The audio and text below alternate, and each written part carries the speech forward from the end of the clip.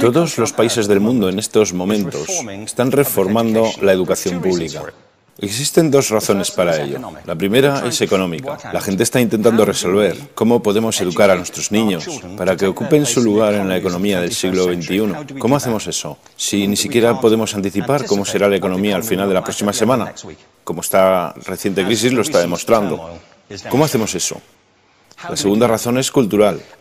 Todos los países del mundo están intentando resolver cómo podemos educar a nuestros niños para que tengan sentido de identidad cultural, para poder legarles los genes culturales de nuestras comunidades y a la vez formar parte del proceso de globalización.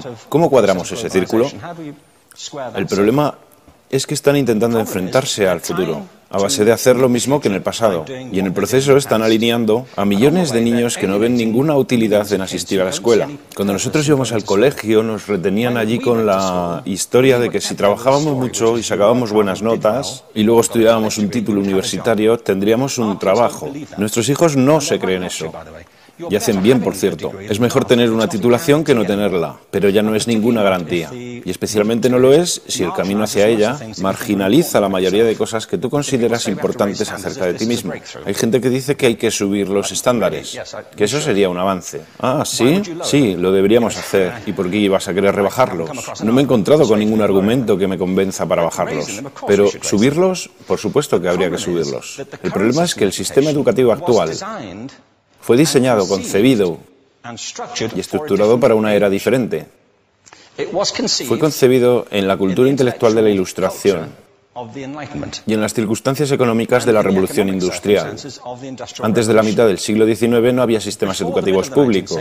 En realidad no, o sea, podrías estudiar con los jesuitas si tenías dinero, pero la educación pública, pagada con los impuestos, obligatoria para todo el mundo, gratuita y a la vuelta de la esquina, era una idea revolucionaria.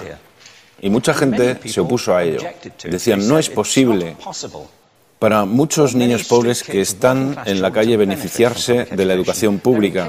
Son incapaces de leer y escribir. ¿Por qué perder tiempo con esto? Y también se asienta sobre una serie de suposiciones sobre la estructura social y la capacidad de las personas. Fue dirigido por el imperativo económico de aquel momento, pero a lo largo de todo ello se infiltró el modelo intelectual de la mente, el cual era esencialmente la idea que la Ilustración tenía sobre la inteligencia. La auténtica inteligencia consistía en cierta capacidad para el razonamiento deductivo y un conocimiento amplio de la cultura clásica. Se podría resumir en capacidad académica. Y esta idea está fuertemente enraizada en la reserva genética de la educación pública. El creer que hay dos tipos de personas, académicas y no académicas, y la consecuencia de eso es que mucha gente brillante se creen que no lo son porque han sido evaluados siguiendo este concepto de mente. Así que tenemos dos pilares gemelos, el económico y el intelectual. Y desde mi punto de vista, este modelo ha causado caos en la vida de mucha gente. Ha habido gente que se ha beneficiado maravillosamente de él,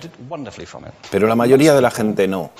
En lugar de beneficiarse, sufren de esto. Una epidemia moderna, mal ubicada y también ficticia. Esta es la plaga del síndrome de déficit de atención e hiperactividad, TDAH. Este es un mapa de la incidencia del TDAH en Estados Unidos, el mapa de prescripciones médicas para el TDAH. No me malinterpreten, no quiero decir que el síndrome de déficit de atención no exista. Yo no tengo la formación necesaria para ello. Sé que la amplia mayoría de psicólogos y pediatras creen que sí, pero aún es un tema a debatir.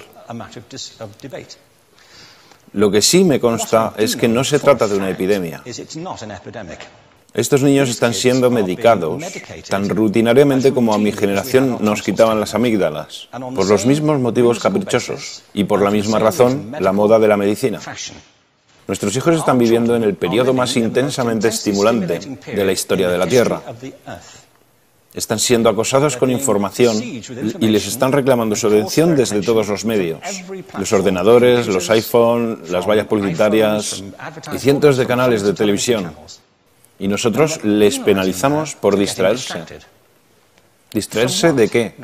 Cosas que son un aburrimiento, en la escuela sobre todo. Me parece a mí que no es totalmente una incidencia el hecho de que la incidencia del TDAH haya crecido paralela al incremento de los test estandarizados. A estos niños se les está dando cosas como Ritalin, Adderall, a menudo medicación bastante peligrosa, solo para hacer que se concentren y se calmen. Pero según esto, el déficit de atención aumenta al ir al este de este país. La gente empieza a perder el interés en Oklahoma.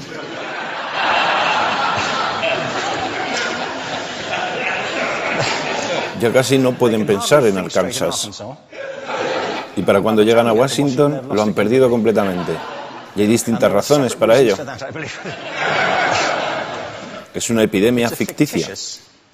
Si lo piensas, las artes, y no quiero decir que sea exclusivo de las artes, creo que también es cierto para las ciencias y para las matemáticas, pero permítanme hablar en particular de las artes, porque ellas son las víctimas de esta mentalidad en especial. Las artes tratan especialmente la idea de experiencia estética. Una experiencia estética es una en la que tus sentidos están funcionando a su máxima capacidad. Cuando te hallas presente en el momento actual, cuando vibras con la emoción de lo que estás experimentando, cuando estás plenamente vivo. Y la anestética es cuando cierras tus sentidos y te atontas ante lo que está sucediendo. Y muchos de estos medicamentos hacen eso. Estamos haciendo pasar a nuestros hijos por el sistema educativo a base de anestesiarlos. Y yo creo que deberíamos estar haciendo exactamente lo contrario. No deberíamos adormilarlos, sino despertarlos para que vean lo que sucede en su interior. Pero el modelo que tenemos es este. Yo creo que tenemos un sistema educativo modelado del interés de la industria a su imagen y semejanza. Les daré un par de ejemplos. Las escuelas aún están organizadas como si fueran fábricas. Tienen timbres que suenan, instalaciones separadas, están especializadas por asignaturas. Aún educamos a los niños por lotes. Les hacemos pasar por el sistema según su grupo de edad. ¿Por qué hacemos eso? ¿Por qué suponemos que lo más importante que los niños tienen en común es su edad? Parece como si lo más importante de ellos fuese su fecha de fabricación, ¿no? Bueno, yo conozco niños que son mucho mejores que otros niños de su edad en distintas disciplinas, o en diferentes momentos del día, o que son mejores en grupos pequeños o en grupos grandes, o que simplemente trabajan mejor solos. Si te interesa el modelo de aprendizaje, no puedes empezar con esta mentalidad de cadena de montaje. Se trata esencialmente de una conformidad. Cuando ves el incremento de los exámenes estandarizados y de los currículos estandarizados, todo se basa en la estandarización. Yo creo que tenemos que ir justamente en la dirección opuesta. Esto es lo que quiero decir cuando hablo de cambiar el paradigma. Hay un estudio estupendo que se ha hecho recientemente acerca del pensamiento divergente. El pensamiento divergente no es lo mismo que la creatividad. Yo defino la creatividad como el proceso de tener ideas originales que tengan valor. Pensamiento divergente no es sinónimo de creatividad, pero es un componente esencial de la misma. Es la capacidad de ver montones de respuestas posibles a una cuestión. Montones de maneras diferentes de interpretar una cuestión. Pensar lateralmente, como lo llamó Edward de Bono. No pensar solamente de manera lineal o convergente. Ser capaz de ver múltiples respuestas y no solo una. Así que yo diseñé un test para esto y voy a inventarme un ejemplo. A la gente se le puede preguntar cuántos usos se le ocurren para un clip. A la mayoría se les ocurren unos 10 o 15. A la gente que se le da bien se le pueden ocurrir 200. Y lo hacen porque preguntan, ¿el clip podría estar hecho de goma y medir 60 metros? ¿Tiene que ser un clip tal como lo conocemos? Bueno, pues diseñé el test y lo probé con 1.500 personas. En un libro titulado Más allá del punto de ruptura, y en el protocolo del test, si superabas una puntuación determinada, se te consideraba un genio del pensamiento divergente.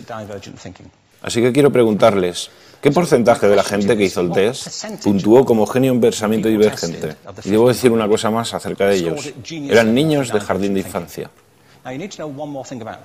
Así que, ¿qué opináis? ¿Qué porcentaje de genios?